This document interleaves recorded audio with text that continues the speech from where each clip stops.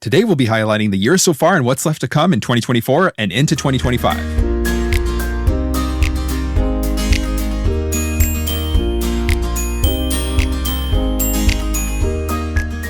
Hello and welcome to the Let's Go to Disney podcast. I'm Oliver. And I'm Lucy. Today is Sunday, July 28th, and you're listening to episode 46, 2024 so far, and what's to come in 2024 into 2025. Before we get into today's main topic, here's what's going on in the parks right now.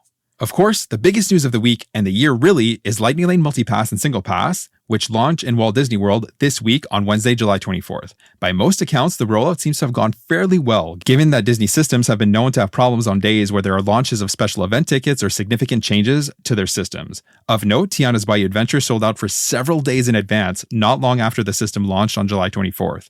Time will tell what this will look like in the future as we adjust to this new system. It looks as though from the first guests experiencing this system that refreshing is still a thing.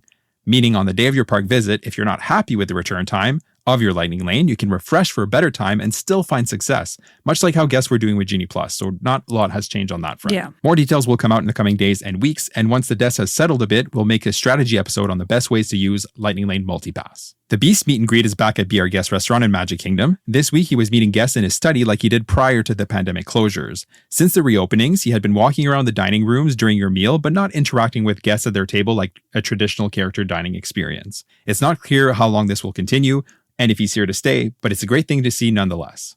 Disney has said that they'll reveal news on the Disney Destiny, the ship joining Disney's fleet, in 2025. They said they will release details over a 3-day period beginning on July 30th, and that bookings will open very soon on August 9th. And the D23 event is fast approaching, August 9th through 11th. Expect to hear some big news. We'll share the details of the biggest news on our socials as they're released, and we'll also discuss it on that week's podcast episode. On that note, folks, we'll be honest, today's recording almost didn't happen. Yeah, it was a touch and go morning, afternoon into the early evening, that's for sure. Yeah. I'll let Oliver explain a little bit what happened there. So here's what's happening. So this morning, essentially, my laptop, which doubles as our desktop, just like completely stopped working. It completely died. And it was kind of working first thing in the morning. It did. It was working this morning. Yep. I was actually on it this morning. Mm-hmm. But whatever happened, right? It wouldn't turn on no matter what we tried. For whatever reason, it just wasn't working. I took it to Geek Squad at our local Best Buy, and they could have sent it off for a diagnostic, which was about $100 plus whatever the cost of the repair would be. This laptop wasn't anything fancy, you guys, and I wasn't about to spend, several $100s to save it. But what is precious to me is what is on it, right? Yeah. So as we've mentioned before we record, I always draft an episode outline. I work on it throughout the week, and it keeps us on track when we record. Well, this week's episode script was on it. And nowhere else. Not only that, but we use Adobe Audition as our recording and editing software, and all my presets and settings were on there as well. Long story short, I was ready to start crying. He was. Yeah. Geek Squad said they'd be able to recover what was on my solid state drive or my SSD. And so I left it with them to load onto my external hard drive, which in hindsight, being 2020, I should have been doing a much better job of backing up all their stuff. Well, you're definitely going to be doing that from now on. I definitely will be now, I can guarantee that because, you've learned. Yeah, exactly. So I left it in their capable hands, and I also left with a brand new Mac Mini, which I was not expecting to do this morning. I spent the afternoon setting up the new computer, downloading all my software, figuring and tweaking our settings to be able to record uninterrupted as soon as possible. I got a call from Geek Squad actually at like 5:30 this evening, right before they closed, saying they were able to recover everything, and thank God everything is there. So here we are several hours later than usual, but we are recording as per usual. I'll be editing later this evening and tomorrow evening as well, and this week's episode should release on schedule. Absolutely. I'm not going to lie though, this little machine is a workhorse. I didn't plan on updating my computer, but now that I have, and I've been kind of forced into it, this thing is pretty awesome. Yeah, I think you're going to be excited with your new toy. Yeah, exactly. But boy, oh boy, what a roller coaster today was. Yes, big time. Anyways, what matters is now we're here with you and we're ready to talk Disney. So with that said, we had our 60-day advanced dining reservations open up this week, and that was on Thursday. We found success like we normally do, and we were able to book everything we had planned for. We are eating at Ohana on our very last day, and there's 2 reasons for this. 1, we really love Ohana, and 2, it was probably the hardest to get reservation on our list, and it certainly proved to be that way as well. We weren't able to find a later time, like later than 3:55, so we went ahead and booked that. And that's all the way out to September 28th, which is the last day of our stay. We were trying to book that at 60 plus 6, just to give you an idea of how hard some of these reservations can be to get. Mm-hmm. But we're not too worried. We know from experience over many trips that more than likely at some point leading up to the trip, especially as we get closer in the days leading up, some people will drop their reservations as plans change, and something is likely to open up and we'll be able to modify that reservation to something closer to the time that we'd actually eat. Absolutely. We've always had success in that area. On that same note, this kind of gives some insight to how our trip planning materializes. We're not nearly as stressed about making these plans as we once were, like especially in the beginning when we knew nothing. It was quite stressful. Now we kind of feel a lot more confident when we're doing this. And that's like anything else, right? The more you do it, the more you feel comfortable and the more you become comfortable doing it. Once we had chosen how long we were going to be at Disney and booked our hotel stay, we decided what our general day-to-day itinerary would be. We always have our daily itinerary pretty much nailed down by the time we are arriving at our advanced dining reservation window because we need to know where we'll be when that day comes around. It's not perfect and we've changed plans many times last minute, but for the most part, for the most part, it's pretty accurate. Yeah, agreed. We mentioned this last time we talked about our upcoming trip, but we're actually starting at Universal. So our advanced dining reservation window opened this week. We're leaving in 54 days because we have 3 days at Universal before our check-in day at Disney. We could have made our dining reservations for Universal a while back, but we made them all at the same time this week as we were planning our Disney dining as well. So on our arrival day at Universal, we're going to actually go and eat at Twosome Chocolate Emporium. And then the following day, our second Universal day, we're going to eat at Bubba Gum Shrimp, which is our ultimate favorite. We love eating there. Yep, agreed.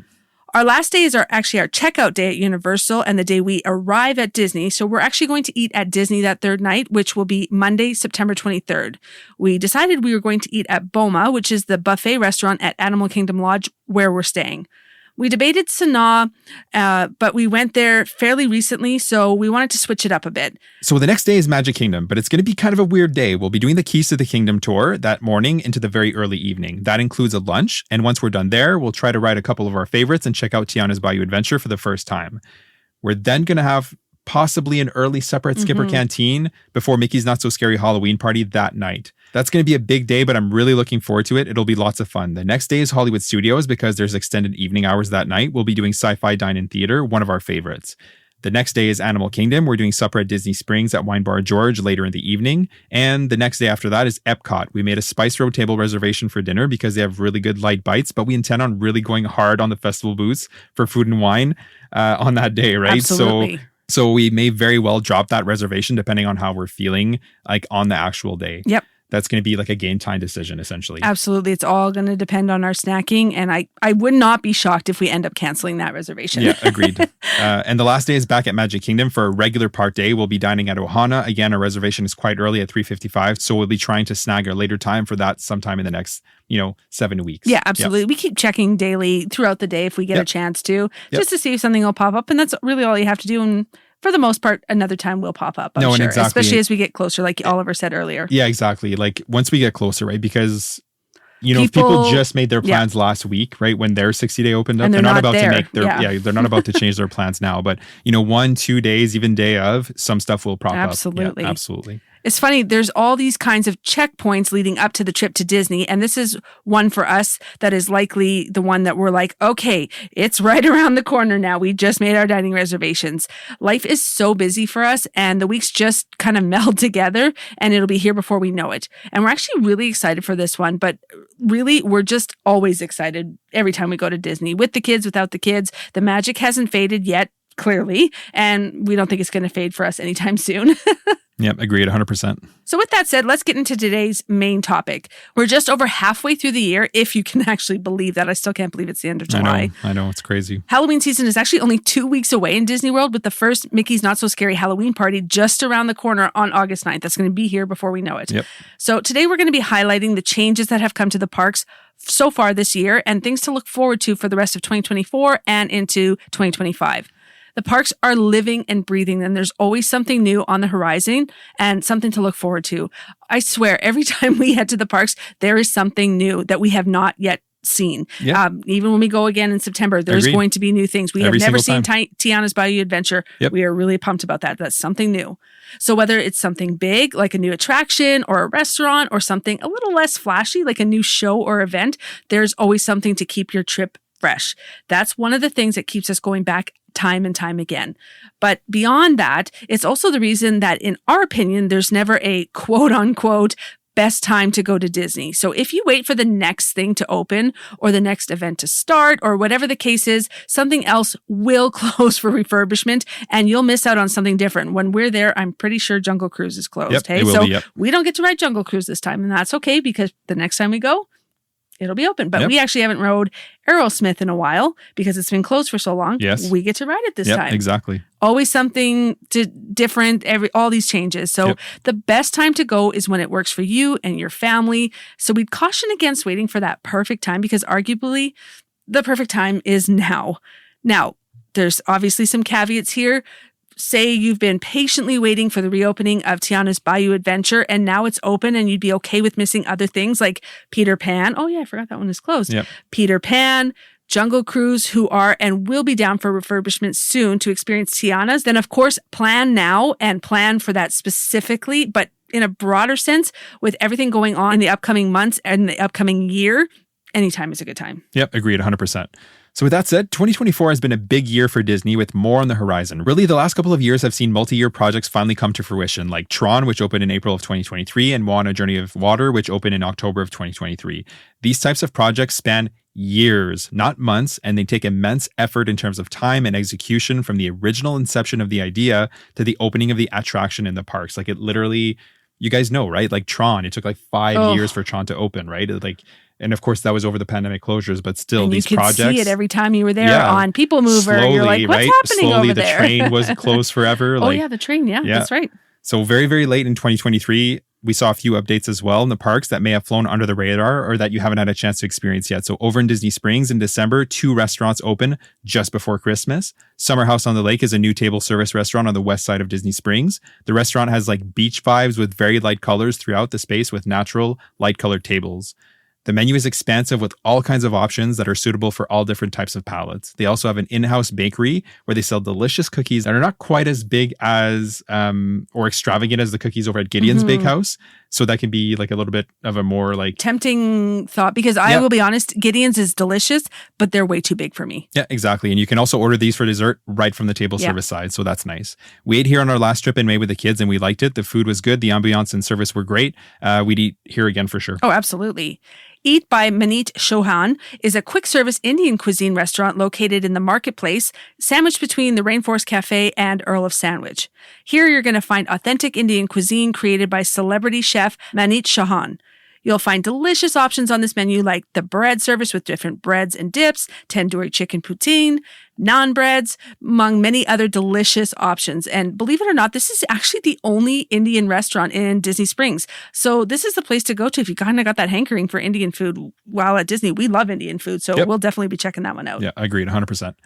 December also saw the debut of the brand new Luminous, the Symphony of Us nighttime spectacular at Epcot. If you recall, Harmonious was the flagship nighttime show at Epcot, but that ended earlier in 2023. It was replaced temporarily with Epcot Forever while Luminous was being prepared for its launch. It greeted the night sky in December, and it has continued on ever since. It's a great nighttime spectacular and definitely worth staying to enjoy. Very early in 2024, we saw 3 big changes that had a significant impact on people planning their trip. So 1, Park Pass reservations went the way of the dodo bird. It seems like forever ago, but that was about 6 months ago, right? So Park Pass reservations were still required to enter the parks. In January, Disney World got rid of Park Pass reservations for date-based tickets, which gave a lot of flexibility back to your day in the sense that you didn't have to plan months in advance what park you were going to be at and what day if you didn't want to.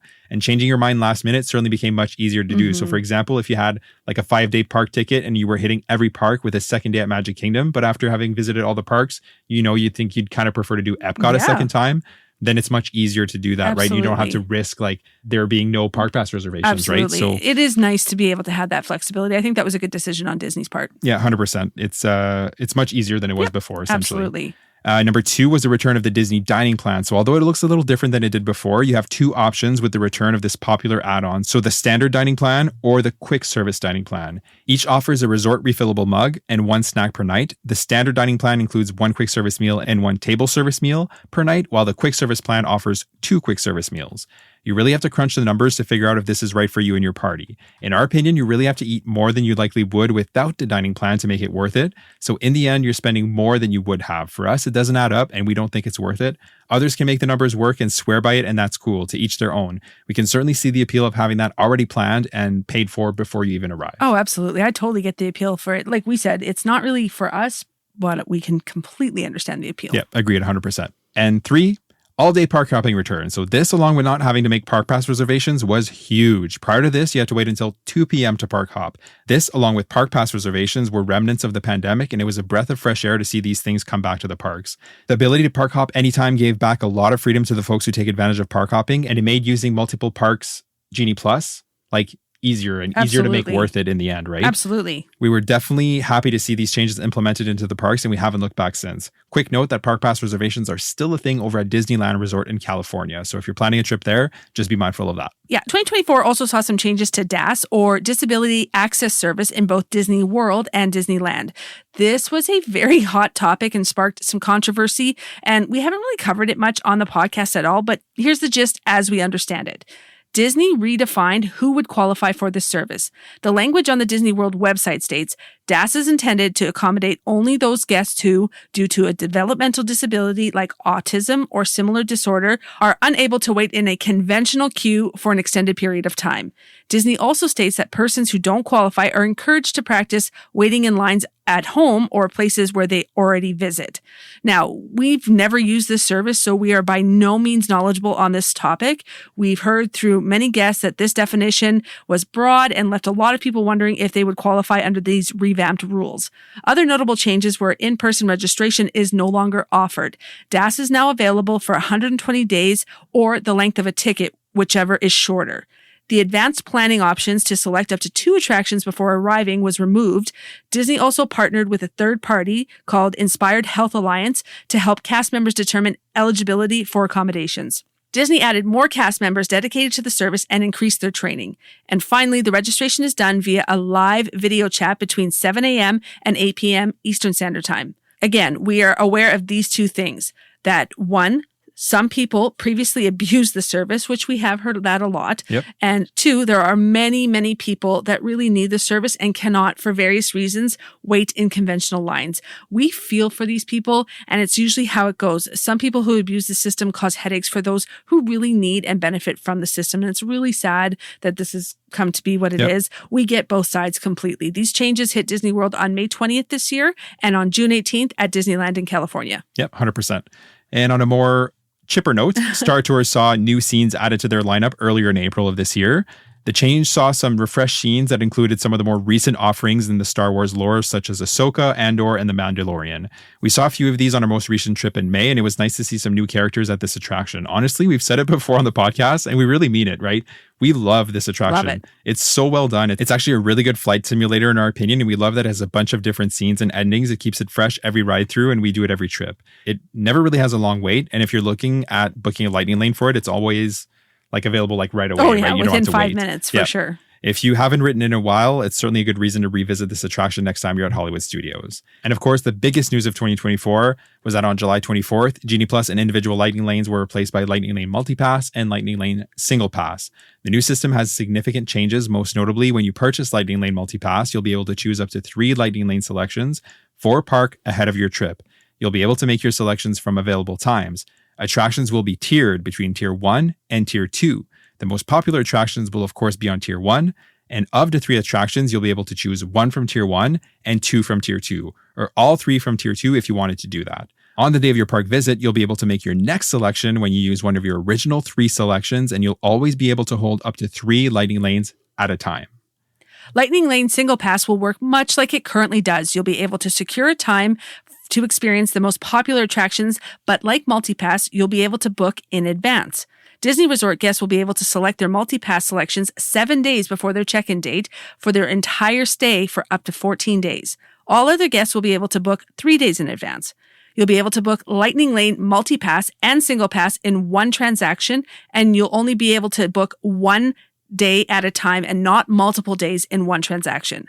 Prices for both multi and single pass have been announced through August 14th, and they are on par pretty much with the prices that we were seeing with Genie Plus and individual Lightning lanes. And just like the current Genie Plus and individual Lightning lanes, you'll be able to purchase either a single pass or a multi-pass individually, or both. Disney said that this is a mix of the old FastPass Plus system and the more recent Genie Plus system, and we completely agree. It certainly seems that way. Yeah, agreed 100%. And we've experienced both the FastPass Plus and the Genie Plus, so I think we'll be able to get a good handle on it when we go. We made an entire episode on the changes and what we know so far. That episode was episode number 42, so go check that out if you'd like to hear an in-depth dive into the changes. We'll also release an episode in the near future about the best ways to use the new system when you're in the parks to maximize your purchase. Yep, agreed 100%. On the attraction side of things, there are a few significant updates as well as some more routine updates. So let's get into those. So currently, Peter Pan is down for refurbishment over in Magic Kingdom. So it closed on July 8th, and the closure is expected to last at least through August 20th. That's likely the earliest it'll reopen, and as always, these dates are subject to change, and it is possible that it will reopen later. If you're in Walt Disney World currently or in the coming weeks, this will likely impact your rope drop strategy if you're hoping to head into Fantasyland first thing in the morning. Jungle Cruise is also scheduled for refurbishment, so currently the closure is set to begin on August 26th and is expected to reopen before the winter holidays begin at Walt Disney World, so which isn't until November. So it is a possibility that we could see Jungle Cruise closed for up to 8 weeks. If Peter Pan reopens in late August, these attractions won't be closed at the same time, which is good, because if Peter Pan's closure is extended for whatever reason, they could potentially push back Jungle Cruise closure to avoid having, 2 more popular attractions down at the same time. That could happen.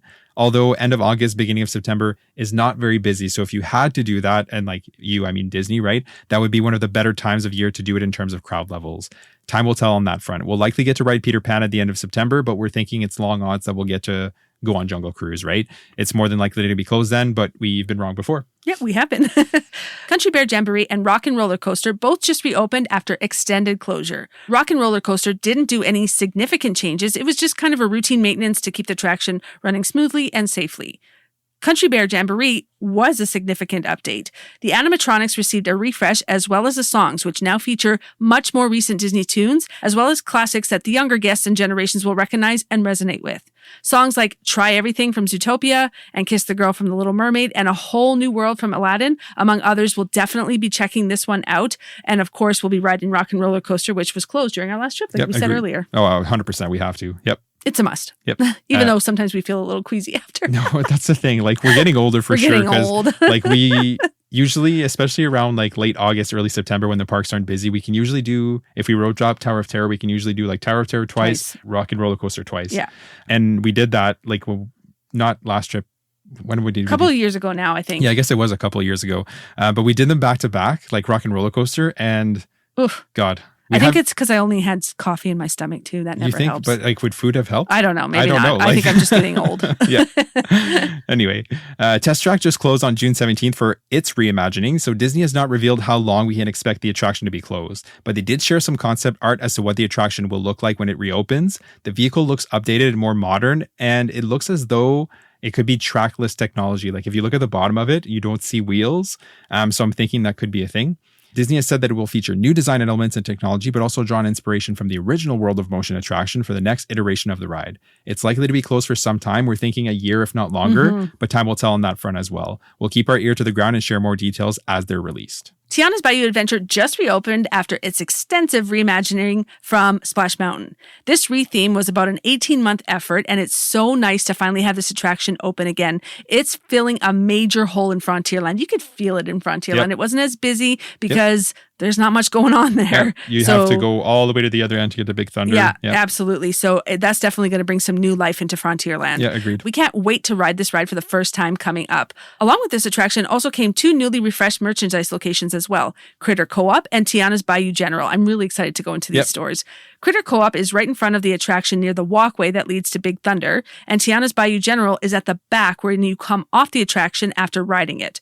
You'll find plenty of attraction-themed merchandise and Princess and the Frog-themed goods as well. Another thing you can currently enjoy is beignets with powdered sugar and honey at the Golden Oak Outpost. So excited for that.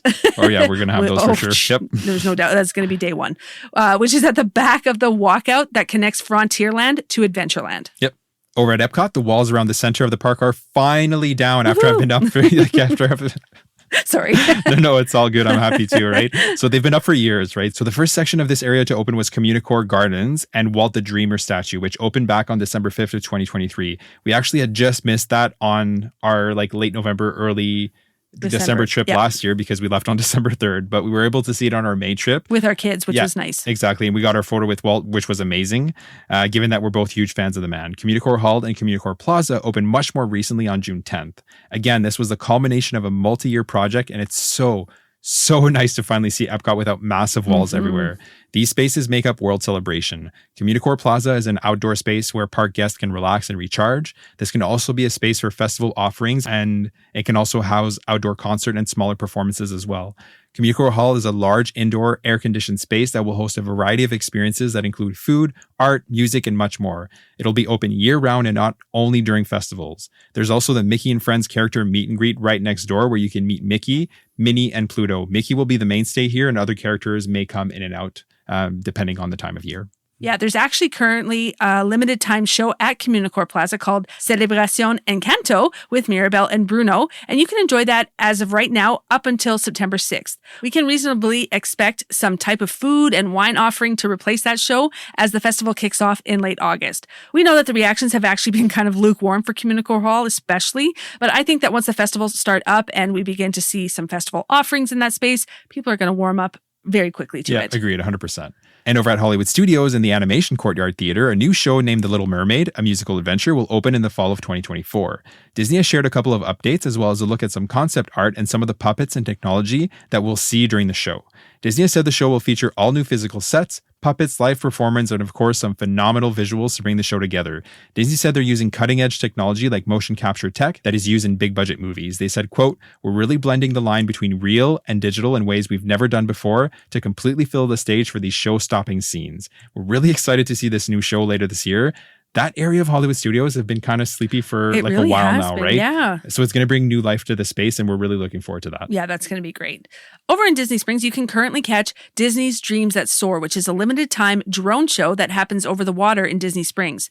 The show features over 800 drones that move in a choreographed fashion to showcase different characters from the Disney collection. It features music and memorable dialogue from the movies you know and love, like Toy Story, Coco, Dumbo, Peter Pan, Up, Star Wars, among many others. It started on May 24th, and it's currently set to run through September 2nd. So if you find yourself in Disney right now, make sure to catch that show while you can, because eventually it will go away. And we've heard it's just a wonderful show. We've seen bits and pieces of it. It looks amazing. Yeah, agreed. And in resort news, there's an extra perk coming to Disney Resort guests beginning in 2025. So starting next year, you're going to be able to access the water parks on your check-in day at your Disney Resort, right? So this perk is included in your stay and won't cost you anything extra. On your check-in day, assuming you arrive in Orlando early enough, you'll be able to visit either Typhoon Lagoon or Blizzard Beach. As of right now, only one park is open at a time. This will appeal to some more than others, right? So we're going to be honest, for us, the vast majority of the time, we're arriving at Disney too late, right? It's like late afternoon into the early evening. So it's unlikely we would ever take advantage of this perk. But if this appeals to you and your party, then you'll be able to do that starting next year. Absolutely. And in Resorts and DVC Vacation Club news, earlier this year, Disney announced that the cabins at Fort Wilderness would be renovated and reopened as DVC cabins. The new cabins opened on July 1st, and the first look at the cabins look great. I know that a lot of people were put off by the changes and think that they kind of look sterile and not rustic enough like the old cabins did.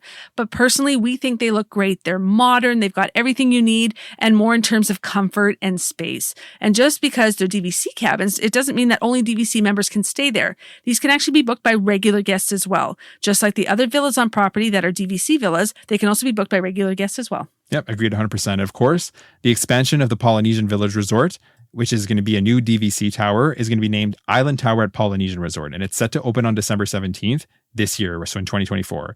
If you've been to Disney in the last year, you've likely seen the construction across from the lagoon from Magic Kingdom, basically in the middle of the existing Polynesian buildings, right? So like basically smack down between the Poly and the Grand Floridian. Concept art for the lobby and the rooms have been released, and wow, we are so impressed by the look of these. We're not currently DVC members, but if we do buy in, it's definitely going to be here. The lobby looks bright and airy with beach colors. We love the Polynesian. It's probably one of our favorite, if not the most favorite resort, right? I would say. Yeah. It would definitely won us over. Yeah. Having said that, it does show its age a bit with the dark colors, and this tower is really going to add some like modern touches to the resort, much like Grand Destino Tower did for Coronado Springs. Absolutely. Again, some people think it's an eyesore and it has no business being added to the existing poly or the space around the lagoon, but we think it's going to look great and we're really looking forward to the opening. Absolutely. I can't wait to stay there. I think it's going to be wonderful. The last few things we're going to touch on are some projects that are coming or likely coming sometime in the future, but no hard dates have been announced just yet. And this is topical with this year's D23 event, which is just around the corner, August 9th through 11th in California. So last year, Disney announced that the Pirates of the Caribbean themed tavern was coming to Magic Kingdom. Disney said, quote, "This first-of-a-kind experience will extend the story of Pirates of the Caribbean." They shared a concept art photo with a green parrot looking out inside a tavern with various pirate-looking characters. It's unclear when construction will start on this project and if it will replace an existing space in the area like Tortuga Tavern. Disney has been pretty quiet on this subject since, and we expect to hear some more about the topic at the D23 in a couple weeks. Yeah, agreed, 100%. And during last year's D23 event, they also announced that a new Zootopia show would be replacing It's Tough to Be a Bug in the Tree of Life Theater at Disney's Animal Kingdom. So they shared that Imagineers were finalizing the concept for the new show and more details would be coming in the future. And we haven't had further details on this front either, but Disney did share that the show would have guests see the different biomes that zoom past in the movie as Judy makes her way into Zootopia. The show will, of course, feature Judy Hopps and Nick Wilde, among other characters. We expect to hear more details on that front as well at this year's event. And more ambiguously, at last year's event, Disney also shared some blue sky thoughts at potential land overhauls and expansions for the future as well. So they hinted at a retheme of Dino Land USA into a tropical Americas land that could feature elements from IP such as Encanto, Zootopia, and Indiana Jones. Imagineers went on research trips in regions to South and Central America for inspiration for this potential new land. It's important to note that Disney is planning to reimagine Dino Land, but it's not 100% confirmed. We're optimistic that we'll learn more in the next couple of weeks. And on that same vein, Disney also teased a potential expansion at Magic Kingdom that would expand the park beyond Big Thunder with potential IP surrounding Coco, Encanto, and Villains elements in the new land that would be on a scale similar to Galaxy's Edge. Again, these are unconfirmed expansions and they were ideas shared at the previous D23 events. But again, we're hopeful that we'll hear more and specifically some more concrete details on these potential projects. Yeah, I agreed 100%. When it comes to these things that Disney has announced, even things that seem like they're a sure thing, they're not always going to materialize. And it's important to keep that in mind. So some things that Disney has previously said, like the Mary Poppins attractions for the UK Pavilion, the Reflection Resort around Seven Seas Lagoon, the reimagining of Spaceship Earth, among other projects that were announced years ago and seemingly have been locked away, never to be revisited. So until a project is confirmed to be happening, meaning dates are announced for construction and they actually break ground, there's always a potential that a project will be shelved. So it's important to manage your expectations when it comes to that.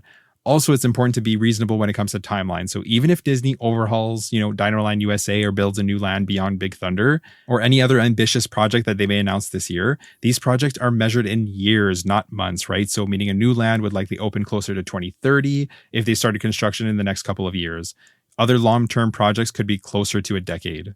Yeah, absolutely. And while it's exciting to dream about what could come next and to get a behind-the-scenes look at the ideas the Imagineers are tossing around, it's important to keep in mind that these things take time and they sometimes never happen. Yeah, agreed 100%. Having said that sounded kind of gloomy, right? So don't forget what we said at the start, right? So the parks are always growing, changing, evolving with time, and there's always something to look forward to, whether that be big or small. But we don't know for sure what the changes will be in the near to longer future. What we know for sure is that the parks will be different next year, in 5 years, and in 10 years. That we can 100% guarantee. The Imagineering team is always going hard, I'm pretty always sure. Busy, 100%. Any way you slice it, we're sure to get some juicy updates and details from D23. So we'll be sharing those news in a couple of weeks' time as details come out of that event, so stay tuned. Yeah, 100%. Thank you so much for joining us today to talk Disney. If you haven't already, make sure to subscribe to the podcast so you don't miss any future episodes. Also, if you could drop us a rating and review, it would be greatly appreciated. You can do that right on Apple Podcasts, and for Spotify, you can leave a rating. You can also find us on Instagram and TikTok at letsgo.to-disney, as well as our Facebook page, Let's Go to Disney. That's where we share more tips and have fun too. Have a great day, and we'll see you real soon.